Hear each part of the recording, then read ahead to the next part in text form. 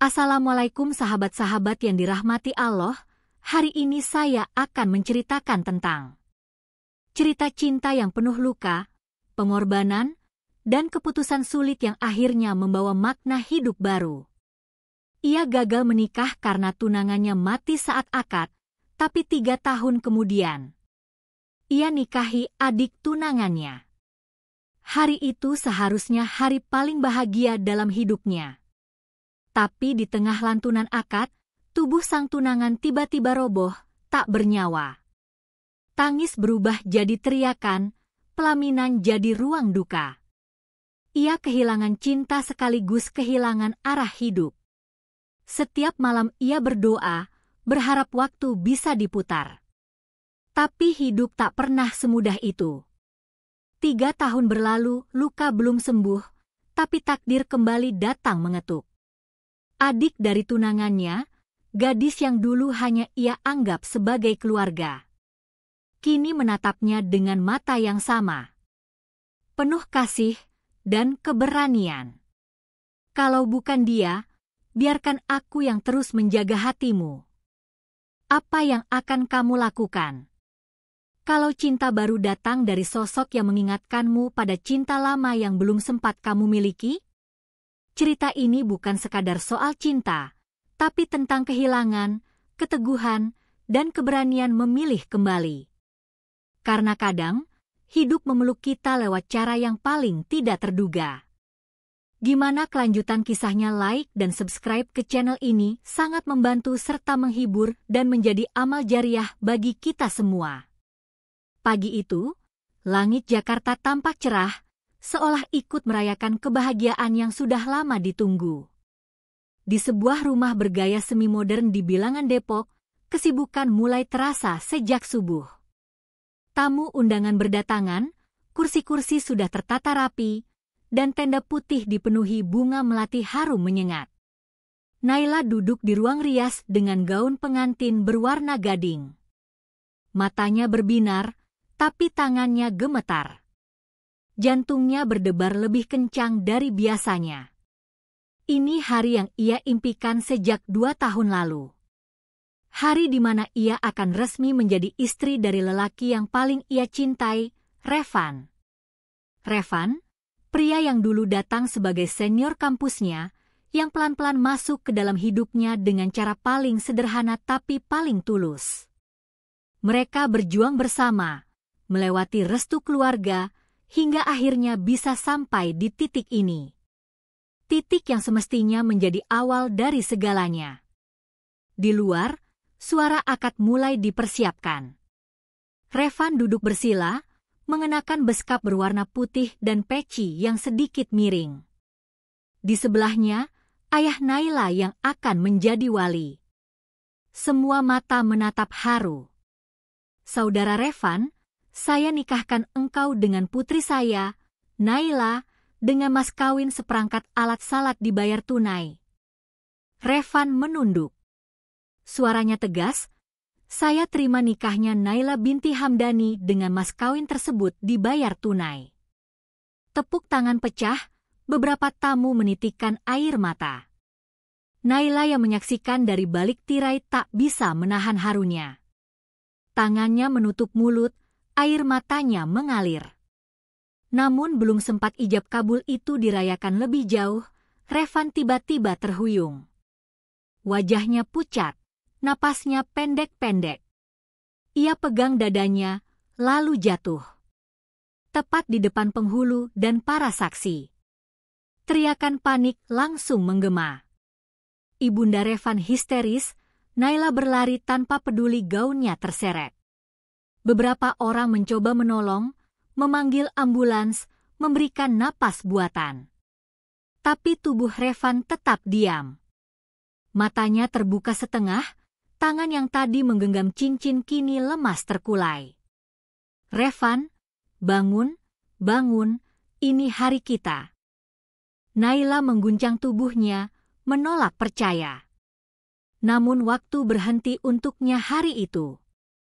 Detik yang seharusnya menjadi awal bahagia, justru berubah menjadi saksi terakhir cinta mereka. Dokter yang datang tak lama kemudian hanya bisa menggeleng, mengucap maaf, dan menutup wajah Revan dengan kain putih. Tenda pengantin itu berubah jadi tenda duka. Lagu bahagia diganti isak tangis. Dan Naila kehilangan segalanya dalam hitungan menit. 3 bulan setelah kejadian itu, Naila masih seperti bayangan. Tubuhnya hadir, tapi jiwanya tertinggal di hari itu. Di hari saat semua tamu pergi, tenda dibongkar, dan Revan dikubur bersama impian mereka. Setiap sudut rumah menjadi pengingat. Vas bunga yang mereka pilih bersama, undangan yang masih tersisa di meja ruang tamu, bahkan sepatu hak tinggi yang Naila kenakan saat akad, kini tergeletak di pojok kamar, tak pernah disentuh lagi. Ibunya berkali-kali memintanya untuk keluar kamar, untuk makan, untuk sekadar bicara. Tapi Naila lebih sering diam, menatap kosong keluar jendela. Malam-malamnya diisi dengan tangis tertahan, memeluk gaun pengantin yang belum sempat dipakai utuh dalam kebahagiaan. Yang paling sulit adalah menghadapi keluarga Revan. Mereka sering datang, membawa makanan atau sekadar menenangkan. Tapi bagi Naila, setiap kunjungan mereka seperti mengoyak luka lama yang belum sempat mengering. Terlebih ketika Aruna datang, adik perempuan Revan yang kini beranjak dewasa. Dulu Aruna hanyalah siswi SMA, ceria dan polos. Tapi kini, ia mulai tumbuh jadi gadis yang lebih kuat. Di antara semua orang yang datang dan pergi, hanya Aruna yang tetap bertahan di samping Naila. "Teh Naila," ucap Aruna suatu sore sambil menyodorkan teh hangat. "Revan enggak akan tenang kalau teteh terus begini." Naila tak menjawab. Tapi dari matanya yang mulai berair, Aruna tahu, kakak ipar yang tak pernah jadi istri kakaknya itu masih sangat mencintai Revan. Waktu berjalan. 1 tahun, 2 tahun, bahkan hingga 3 tahun berlalu. Naila perlahan kembali bekerja, walau tak pernah lagi tertawa seperti dulu. Ia tetap mengenakan cincin tunangannya, seolah masih setia pada cinta yang telah tiada. Sampai suatu hari, saat ia baru pulang dari kantor, ada seseorang menunggunya di depan rumah. Sosok tinggi dengan wajah yang tak asing, tapi kini terlihat berbeda. "Teh Naila," ucap suara itu pelan. Naila memicingkan mata. Ia terdiam. Helaan napasnya membeku. Itu Aruna. Tapi bukan Aruna kecil yang dulu. Aruna kini adalah perempuan dewasa, berdiri di hadapannya dengan tatapan yang dalam. "Aku sudah besar sekarang, Teh. Dan selama 3 tahun ini, aku belajar memahami banyak hal. Termasuk rasa yang pelan-pelan tumbuh dalam hati aku." Naila membeku. Pandangannya mulai kabur oleh air mata yang mengambang. Aruna mendekat, lalu menggenggam tangan Naila.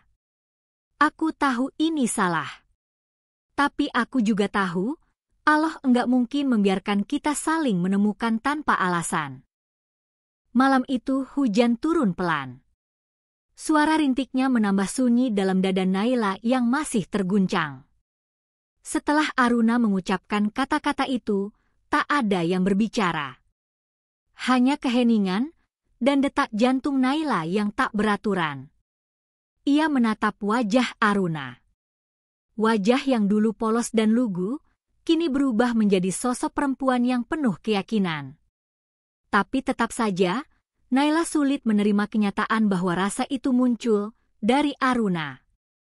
Adik dari lelaki yang pernah ingin ia nikahi. Adik dari cinta pertamanya. "Aruna, kamu jangan main-main." Suara Naila akhirnya pecah, pelan dan getir. "Aku tidak sedang main-main, Teh. Aku tahu apa yang aku rasakan. Ini bukan tiba-tiba. Aku menyadari perasaan ini sejak 2 tahun lalu, saat aku melihat Teteh bertahan sendirian, tanpa ada yang benar-benar menemani. Naila menoleh ke jendela. Hujan semakin deras. Kenangan tentang Revan kembali mengalir.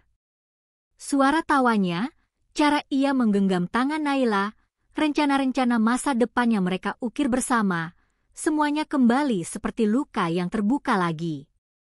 Revan itu kakakmu, Aruna. Aku tahu, potong Aruna cepat, aku enggak mungkin menggantikan Revan. Aku juga enggak pernah ingin membandingkan. Tapi, aku ingin jadi orang yang bisa menemani Teteh berjalan lagi. Dengan cara yang baru. Dengan cinta yang berbeda.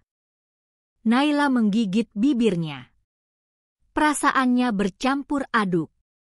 Ia tak tahu harus marah, menangis, atau merasa tersentuh. Hatinya sudah lama tertutup rapat, seolah dikubur bersama Revan. Tapi malam itu, satu celah kecil mulai terbuka. Dan celah itu datang dari sosok yang tak pernah ia duga. Hari-hari berikutnya menjadi penuh kebingungan. Naila mencoba menghindari Aruna, tapi Aruna tak menyerah. Ia datang ke rumah, mengirim pesan, bahkan kadang diam-diam meninggalkan bunga di depan pintu. Kalau Teteh belum bisa buka hati, aku tunggu. Enggak hari ini, enggak besok, tapi suatu saat nanti. Ucapan Aruna itu terus terngiang di kepala Naila. Ia mulai takut, bukan karena Aruna, tapi karena dirinya sendiri. Takut hatinya mulai goyah. Takut ia mulai melihat Aruna bukan lagi sebagai adik Revan, tapi sebagai seseorang yang membawa cahaya di tengah hidupnya yang gelap. Suatu malam, Naila membuka kotak tua di lemarinya. Isinya kenangan Revan. Foto-foto, surat, dan cincin yang tak pernah ia lepas. Ia memandangnya lama, sebelum akhirnya berbisik pelan. Maaf, Van, aku lelah sendiri. Di luar, suara ketukan pelan terdengar di pintu. Naila bangkit. Hatinya bergetar. Dan saat ia buka pintu, di sanalah Aruna berdiri, basah kuyup oleh hujan, tapi tetap dengan senyuman yang sama.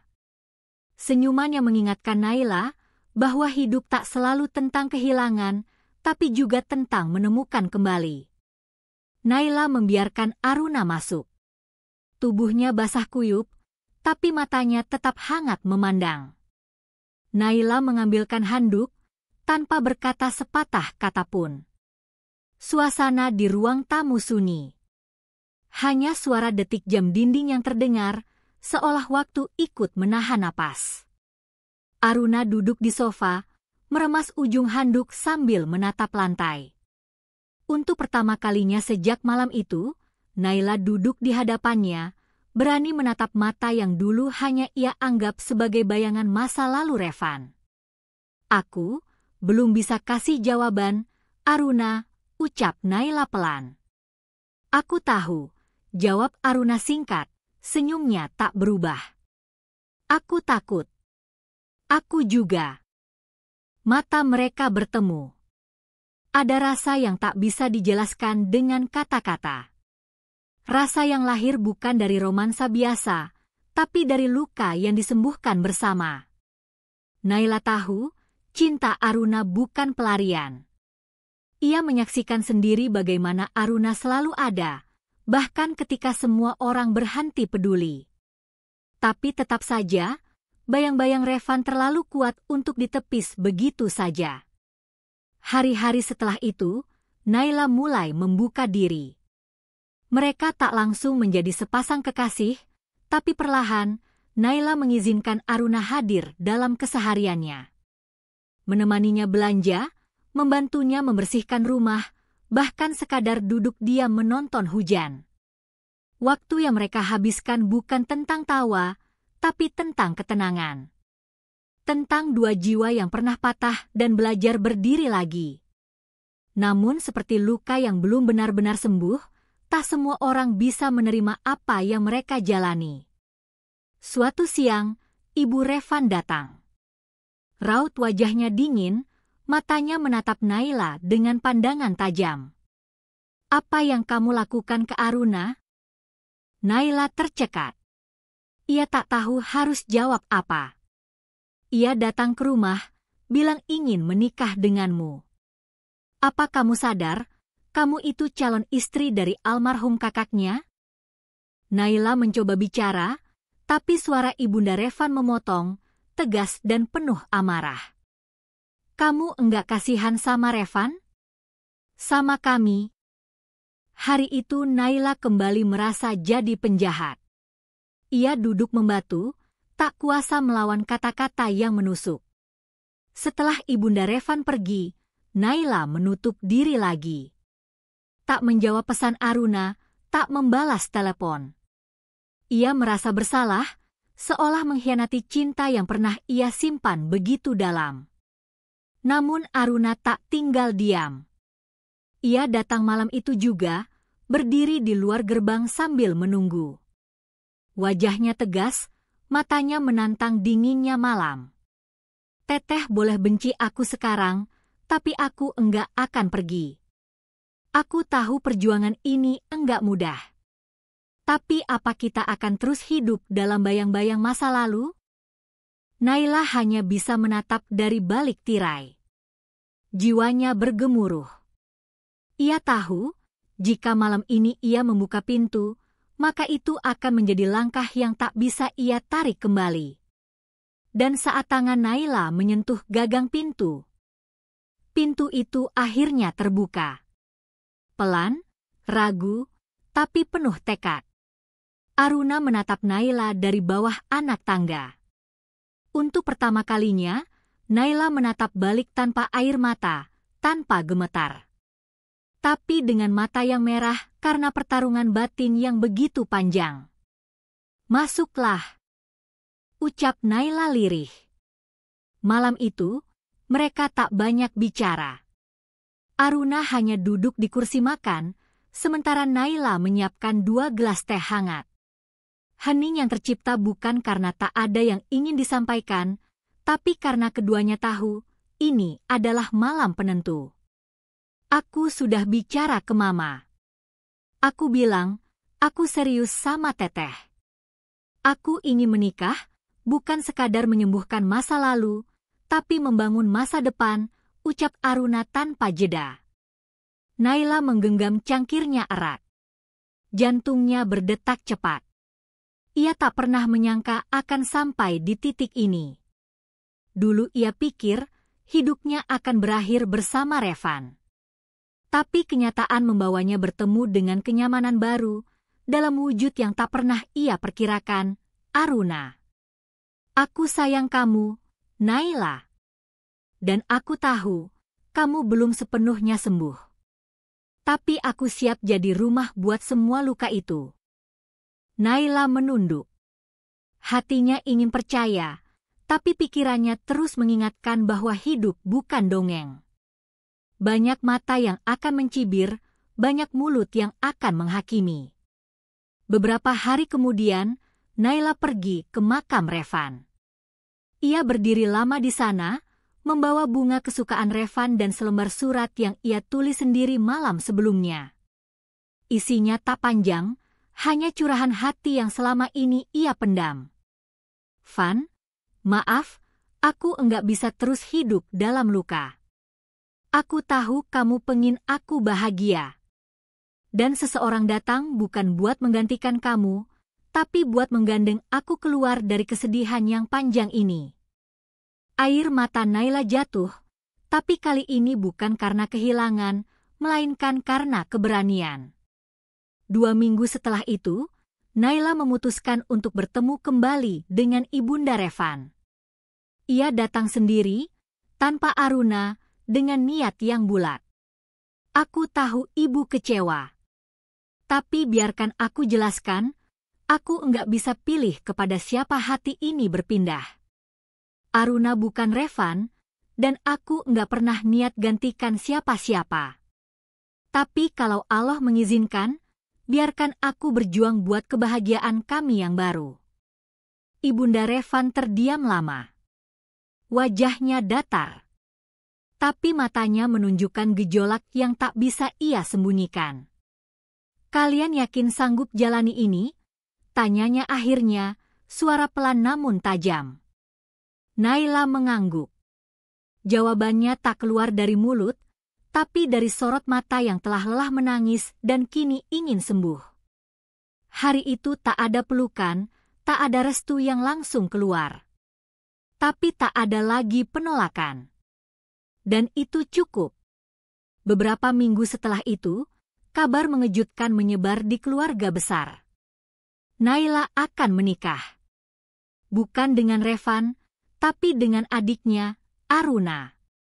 Banyak yang mengernyitkan dahi, beberapa menyindir, tapi tak sedikit pula yang diam-diam menaruh simpati. Pernikahan itu tak semegah dulu. Tak ada tenda besar atau undangan ribuan. Hanya akad sederhana di masjid kecil dekat rumah, disaksikan keluarga terdekat dan dua hati yang sudah lelah kehilangan. Saat penghulu mengucapkan ijab, Naila menggigil. Deja vu menyergapnya, tapi kali ini ia genggam erat tangan Aruna. Dan ketika Aruna sah menjadi suaminya, Naila menangis. Bukan karena luka, tapi karena akhirnya ia kembali punya alasan untuk tersenyum. Pernikahan mereka berlangsung dalam diam. Tak banyak tawa, tak banyak tepuk tangan. Hanya lantunan doa dan bisikan harapan di antara dua insan yang sama-sama pernah kehilangan. Naila masih mengenakan cincin emas polos yang baru disematkan Aruna beberapa menit lalu. Jemarinya gemetar saat cincin itu dipasang, bukan karena takut, tapi karena sadar, ia baru saja melangkah ke dunia yang tak pernah ia bayangkan. Dunia baru bersama orang yang dulu hanya ia anggap sebagai adik dari cinta pertamanya. Malam itu, mereka tidak pergi bulan madu. Mereka hanya duduk di teras rumah kontrakan sederhana yang kini menjadi tempat tinggal mereka. Aruna menyeduh teh, Naila menyelimuti dirinya dengan jaket suaminya yang kebesaran. Hening kembali menyapa, tapi hening yang nyaman, bukan canggung. "Maaf ya, pernikahan kita enggak seindah dulu waktu teteh sama Revan," ucap Aruna pelan. Naila tersenyum tipis. Ia menatap langit malam yang kelabu. "Yang aku butuh bukan pesta, tapi hati yang mau tinggal dan enggak ninggalin aku lagi." Aruna menunduk. Kalimat itu menamparnya, mengingat betapa dalamnya luka yang Naila alami. Tapi juga menguatkannya, bahwa kini ia punya tugas berat. Bukan untuk menjadi Revan, tapi menjadi sandaran baru yang bisa diandalkan. Hari-hari berjalan dengan perlahan. Naila kembali bekerja di klinik, dan Aruna membuka jasa foto keliling, memanfaatkan kemampuannya di dunia visual. Mereka bukan pasangan glamor, bukan juga yang sempurna. Tapi keduanya saling belajar untuk menjadi lebih baik. Di rumah kecil mereka, tak ada lukisan mahal atau perabot mewah. Tapi ada tawa-tawa kecil saat masakan gosong, ada kehangatan dalam pelukan diam di malam hari, dan ada kebersamaan yang perlahan mulai menyembuhkan. Namun luka lama tak sepenuhnya hilang. Suatu malam, Naila membuka lemari tua dan menemukan album foto masa lalu. Di sana ada gambar dirinya dengan Revan, hari-hari mereka kuliah, saat mereka bertunangan, dan saat-saat penuh harapan sebelum semua hancur. Aruna masuk ke kamar dan melihat Naila menatap foto-foto itu. Tapi kali ini, Naila tak menyembunyikannya. Ia mengangkat satu foto Revan, lalu menatap Aruna dalam-dalam. "Aku enggak akan pernah lupakan dia.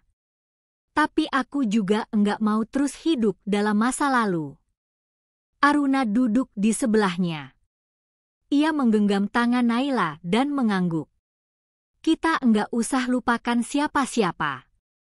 Tapi kita bisa belajar hidup berdampingan dengan kenangan, sambil bangun cerita baru kita sendiri." Malam itu, mereka tidur berpelukan. Bukan dalam pelarian, tapi dalam penerimaan. Dan di pagi harinya, untuk pertama kalinya sejak hari pernikahan mereka, Naila tertawa bukan karena dipaksa bahagia, tapi karena ia benar-benar merasa hidup lagi. Namun di tengah ketenangan yang mulai mereka nikmati, sebuah kabar datang. Sebuah kabar yang mengguncang, mengoyak ketenangan yang baru tumbuh. Seseorang dari masa lalu kembali muncul. Dan kali ini, membawa rahasia yang selama ini terkubur bersama jasad Revan.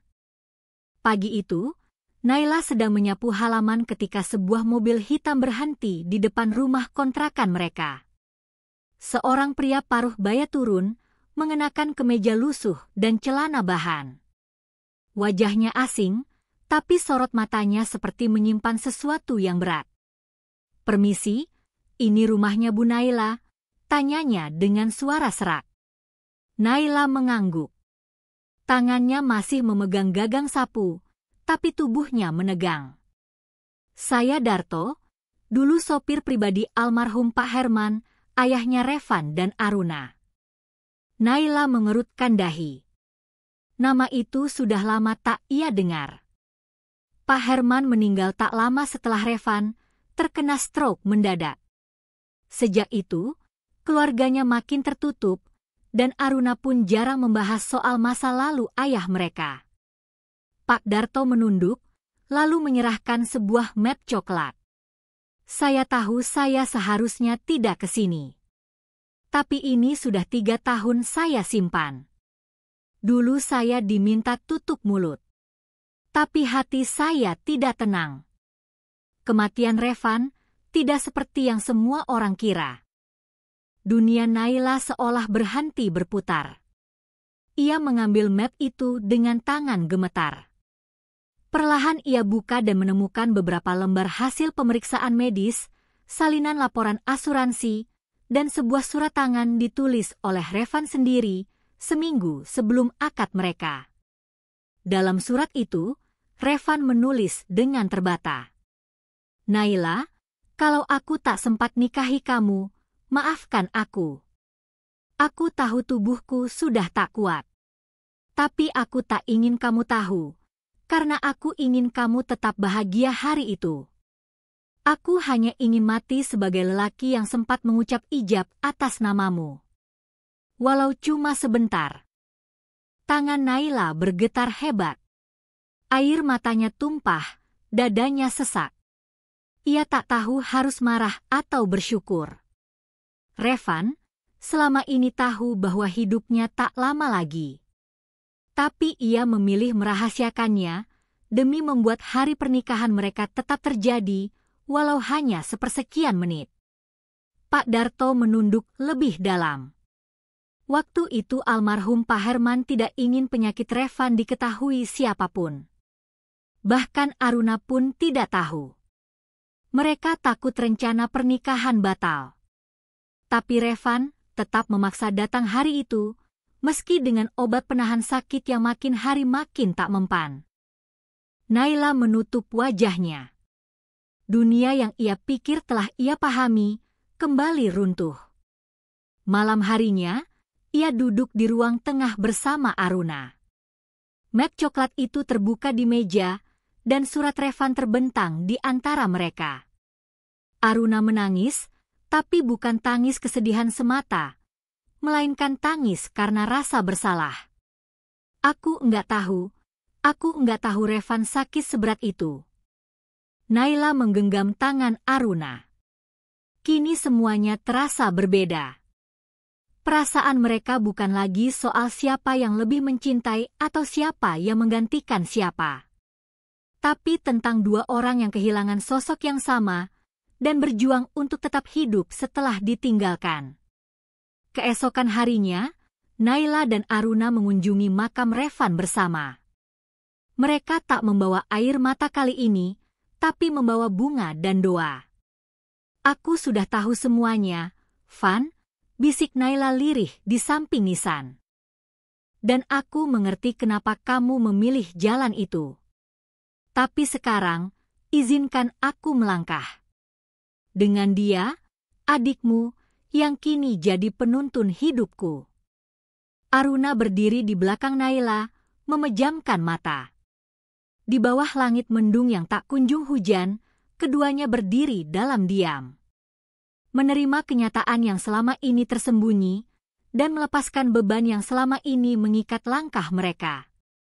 Namun, setelah semua rahasia terungkap, sebuah kabar baru datang menghantam rumah tangga mereka.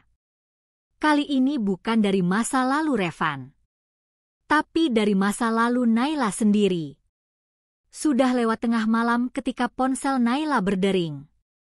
Ia baru saja selesai mencuci piring, sementara Aruna sudah tertidur di kamar. Nama di layar membuat dadanya langsung membeku, Andin. Andin adalah sahabat lama Naila semasa kuliah. Mereka sempat begitu dekat, tapi menjauh sejak Revan meninggal. Naila tak tahu kenapa, dan ia pun tak pernah mencari tahu. Tapi kini, di tengah malam yang tenang, Andin menelepon dengan nada panik. "Lai, aku minta maaf. Aku enggak tahu harus ngomong ini ke siapa. Tapi ada sesuatu yang harus kamu tahu, soal masa lalu kamu. Soal Revan." Naila menegang. Suaranya tercekat, tapi ia memaksa tetap tenang.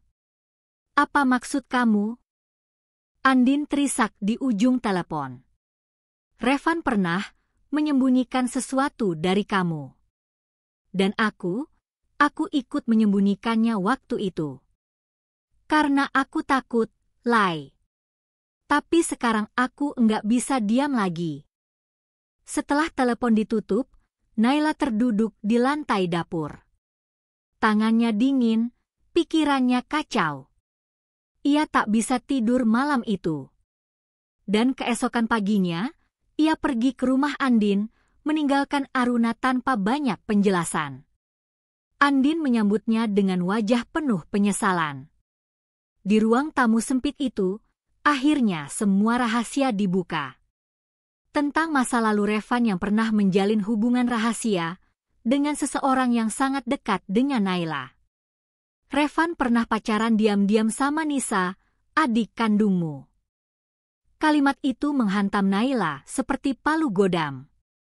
Ia terdiam. Tak bernapas. Tak berkedip. "Aku tahu kamu dan Revan udah serius. Tapi waktu itu Nisa sempat datang ke kosanku. Dia nangis, bilang Revan janji akan pilih dia. Tapi tiba-tiba Revan berubah dan malah milih kamu. Nisa sakit hati dan memutus semua kontak keluarga." Naila merasakan dadanya sesak. Ingatannya langsung melayang ke momen saat Nisa pergi dari rumah bertahun-tahun lalu. Ia mengira itu karena pertengkaran biasa dengan orang tua. Tapi ternyata, luka itu lebih dalam dari yang pernah ia duga. Jadi, semua ini. Revan memilih aku, setelah bersama Nisa. Andin mengangguk. "Aku enggak bilang Revan jahat.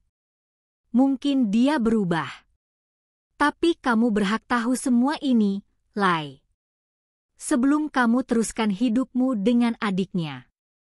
Naila pulang dengan kepala berat. Di dalam taksi, wajah Nisa terbayang, juga wajah Revan, juga wajah Aruna. Semuanya bercampur, menjadi pusaran perasaan yang tak bisa diurai.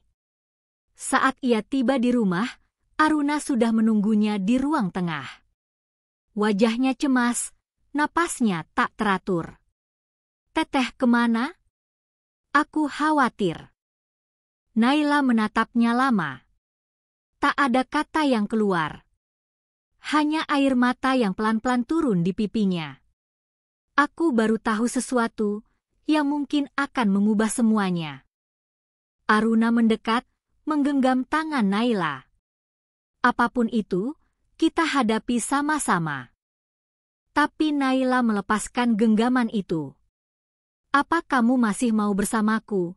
Kalau aku bilang, aku mungkin bukan satu-satunya cinta sejati kakakmu?" Aruna membeku. Kata-kata Naila menggantung di udara seperti kabut dingin yang sulit ditembus. Matanya menatap tajam, tapi tak ada kemarahan di sana. Hanya kebingungan dan rasa sakit yang mendadak muncul begitu saja. Naila berjalan pelan menuju meja makan, duduk, lalu menarik napas panjang. Tangannya gemetar saat mencoba menyusun kalimat. Tapi luka yang baru ia temukan tak mudah dijelaskan. Aku baru tahu, sebelum Revan melamarku, dia pernah dekat sama Nisa. Adikku. Aruna masih berdiri. Nafasnya mulai memburu. Ia tak tahu mana yang lebih menyakitkan, fakta bahwa Revan menyembunyikan ini, atau bahwa Naila, istrinya, sedang runtuh untuk kedua kalinya karena lelaki yang sudah tiada. Aku enggak tahu sedalam apa hubungan mereka. Tapi Andin bilang, Nisa sakit hati. Dia pergi dari rumah karena itu. Dan selama ini aku hidup dalam bayangan cinta yang sempurna, padahal aku mungkin bukan pilihannya sejak awal. Suara Naila pecah di akhir kalimat. Ia menunduk, wajahnya basah. Tapi ia tidak menangis karena Revan. Ia menangis karena semua yang selama ini ia perjuangkan, kini kembali retak. Aruna mendekat, lalu duduk di hadapannya. Wajahnya tenang, tapi matanya menyimpan badai. Teh, aku tahu kakakku bukan manusia sempurna. Tapi yang aku tahu, dia memilih Teteh di akhir hidupnya. Dia melamar Teteh. Dia akad sama Teteh. Bahkan di hari kematiannya, dia tetap memeluk nama Teteh. Naila menggeleng pelan. Tapi bagaimana dengan Nisa? Bagaimana kalau pernikahan ini hanya membuat luka baru di antara kami? Aruna menarik napas panjang. Lalu menatap Naila dengan cara yang belum pernah ia lakukan sebelumnya. Kalau memang luka itu masih terbuka, maka ayo kita obati bersama. Tapi jangan ragukan cinta ini hanya karena masa lalu yang baru kamu temukan. Aku menikahi Teteh, bukan karena Revan. Tapi karena aku, Aruna, mencintai kamu. Bukan bayangan masa lalu, bukan sisa dari kisah Revan. Tapi kamu yang hari ini duduk di depanku. Naila terdiam. Jiwanya bergetar. Ia sadar, kata-kata Aruna bukan pelarian. Bukan pembelaan. Tapi janji. Beberapa hari kemudian, Naila mencoba menghubungi Nisa. Setelah bertahun-tahun tanpa kabar, ia akhirnya menemukan kontak adiknya melalui teman lama mereka. Pertemuan diatur di sebuah kafe kecil di pinggiran kota. Saat Naila datang, Nisa sudah duduk menunggunya, mengenakan kerudung hitam dan wajah yang jauh lebih dewasa dari terakhir kali ia lihat. Tak ada pelukan. Tak ada senyum. Hanya tatapan kosong yang menyimpan berjuta luka. Aku enggak datang buat minta maaf atas pilihan Revan. Aku datang karena aku ingin jujur, dan karena aku tahu, luka kita butuh ruang untuk sembuh. Nisa menatapnya dengan dingin. Tapi matanya mulai berkaca-kaca. Aku mencintai dia, Teh, sebelum dia memilih kamu. Dan aku pergi, karena aku nggak tahu harus jadi siapa setelah itu. Naila menggenggam tangan adiknya, erat. Aku pun kehilangan dia, dengan cara yang berbeda. Tapi kini, aku menikah bukan untuk mengganti Revan. Aku menikah karena Aruna menyentuh hatiku, dengan cara yang Revan tidak pernah sempat lakukan. Nisa menangis. Untuk pertama kalinya setelah sekian tahun, mereka berdua menangis bersama. Bukan karena saling menyakiti, tapi karena akhirnya luka mereka saling menemukan. Namun saat mereka mulai menjahit kembali hubungan yang patah, sebuah kenyataan baru menunggu di depan pintu rumah Naila. Sebuah amplop tanpa nama pengirim. Isinya, satu foto, satu tanggal, dan satu kalimat pendek yang membuat dunia Naila kembali bergetar. Kamu harus tahu. Revan tidak mati karena sakit. Langit sore terlihat kelabu ketika Naila berdiri mematung di depan pintu rumahnya. Amplop coklat di tangannya terasa berat, meski isinya hanya selembar foto dan secari kertas lusuh. Ia duduk di ruang tamu, membuka kembali foto itu dengan tangan gemetar. Gambar itu buram, seolah diambil diam-diam. Tapi jelas terlihat Revan sedang duduk di dalam mobil bersama seorang pria tak dikenal. Tanggal di pojok kanan bawah foto menunjukkan 1 minggu sebelum hari pernikahan. Dan di bawah foto itu, tercetak tulisan tangan yang tajam dan bergetar. Cari tahu siapa pria ini. Revan tahu sesuatu yang tak seharusnya. Naila menutup wajahnya. Dunia yang baru mulai ia bangun dengan Aruna, dunia yang mulai terasa tenang, kembali goyah. Ia harus tahu kebenarannya. Sekali lagi. Malam itu, Naila menunjukkan foto itu pada Aruna. Reaksi suaminya penuh kebingungan. Ia menatap gambar itu lama, mencoba mengenali wajah pria asing itu. Aku enggak tahu siapa dia, gumam Aruna. Tapi mobil itu sepertinya mobil kantor ayah. Mata Naila membelalak. Kantor Pak Herman. Aruna mengangguk pelan. Iya. Waktu Revan masih bantu-bantu di perusahaan sebelum dia fokus bantu mama di rumah. Mereka saling tatap. Dan dalam tatapan itu, terbit satu nama yang sudah lama tak mereka bicarakan, Pak Herman. Keesokan harinya, Naila dan Aruna memutuskan pergi ke rumah lama keluarga mereka yang kini kosong setelah ibunda Revan pindah ke luar kota. Rumah itu sepi, tapi masih utuh. Di dalam lemari kerja Pak Herman yang berdebu, Aruna menemukan satu kotak besi kecil yang dulu selalu dikunci rapat. Kunci itu masih menggantung di gantungan kecil dalam laci bawah meja. Dengan napas tertahan, Aruna membukanya. Di dalamnya, mereka menemukan tumpukan dokumen perusahaan dan sebuah rekaman suara dalam kaset mini lawas dengan label bertuliskan nama Revan dan tanggal seminggu sebelum hari akad. Jantung Naila berdetak kencang. Aruna memutar kaset itu dengan alat pemutar tua yang masih tersimpan di pojok lemari. Suara Revan terdengar serak dan berat, seolah sedang sembunyi-sembunyi. Kalau sesuatu terjadi padaku, ini bukan karena penyakit. Aku tahu terlalu banyak soal penggelapan uang perusahaan. Aku sempat bilang ke ayah, tapi aku diancam. Aku enggak tahu harus percaya siapa. Aku takut. Tapi kalau aku diam, semua ini akan terus berlanjut. Naila, aku hanya ingin kamu tahu, aku mungkin enggak sempat jujur di pelaminan, tapi aku akan jujur di sini. Rekaman terhenti. Suara itu terputus seolah dipotong. Naila menutup mulutnya, tubuhnya bergetar. Aruna mematung. Wajahnya pucat pasi. Ayah, mengancam Revan. Aruna menolak percaya. Tapi semua bukti mengarah ke sana.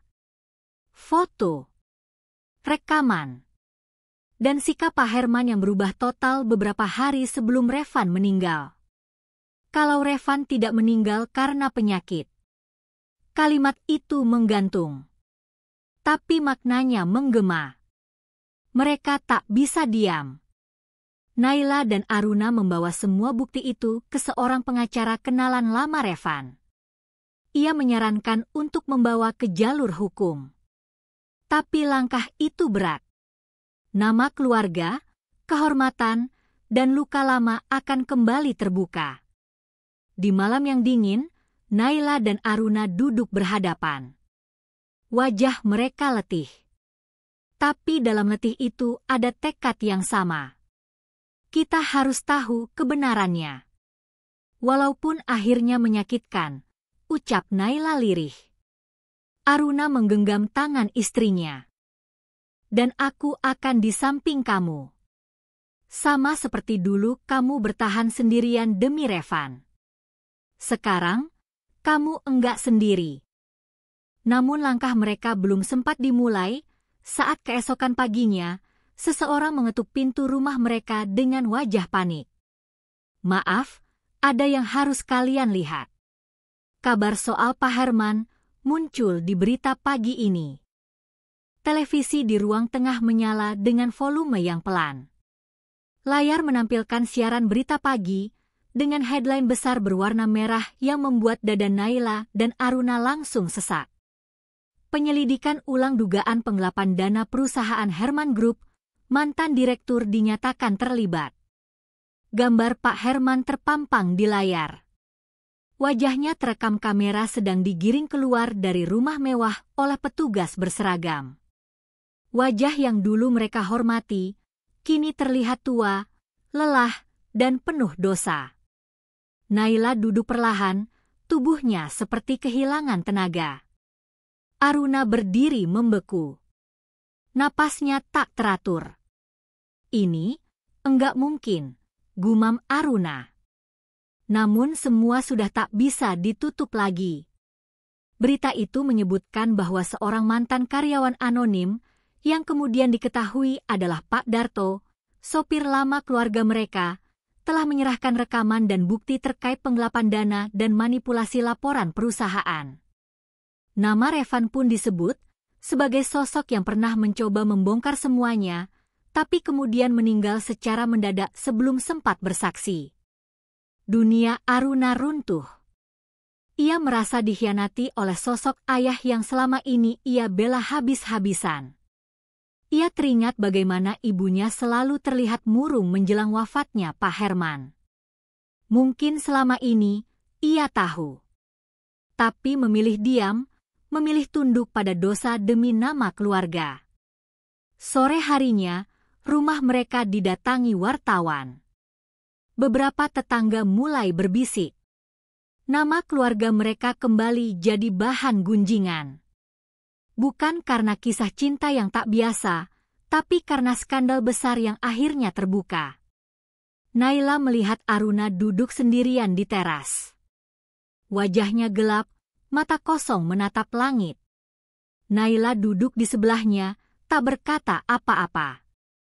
Hanya diam. Diam yang paling jujur. Selama ini aku pikir, aku menikahi kamu untuk sembuh, ucap Aruna lirih. Tapi ternyata, aku justru sedang masuk ke dalam luka yang lebih dalam dari sebelumnya. Naila tak menanggapi. Ia hanya menggenggam tangan Aruna, pelan, tapi pasti. Kamu bukan ayahmu, ucap Naila. Kamu adalah lelaki yang berdiri di sisiku saat semua orang pergi. Kamu punya hak untuk kecewa, tapi jangan biarkan itu mengubur kamu. Beberapa hari kemudian, mereka diundang ke kepolisian untuk dimintai keterangan. Kasus dibuka ulang. Bahkan rekam medis Revan akan diperiksa ulang karena kecurigaan semakin menguat. Dugaan bahwa obat yang diberikan pada Revan menjelang hari pernikahannya telah dimanipulasi, kini menjadi bagian dari penyelidikan resmi. Naila dan Aruna menjalani semuanya dengan gemetar. Tapi mereka juga tahu, ini adalah satu-satunya jalan untuk memberi keadilan bagi Revan dan untuk membersihkan luka dalam keluarga mereka sendiri. Di tengah badai itu, Nisa tiba-tiba datang ke rumah. Wajahnya penuh air mata. Ia memeluk Naila erat tanpa kata. Dan di pelukannya, Naila tahu keluarga yang hancur bisa dibangun lagi. Bukan dengan melupakan masa lalu, tapi dengan menghadapi dan menerimanya. Namun badai belum sepenuhnya reda. Sebuah surat datang dari pengacara keluarga Herman. Surat wasiat terakhir dari almarhum Pak Herman ditulis dengan tangan gemetar beberapa minggu sebelum kematiannya. Isinya pengakuan. Dan nama terakhir yang disebut dalam surat itu bukan Revan, bukan Naila, tapi Aruna.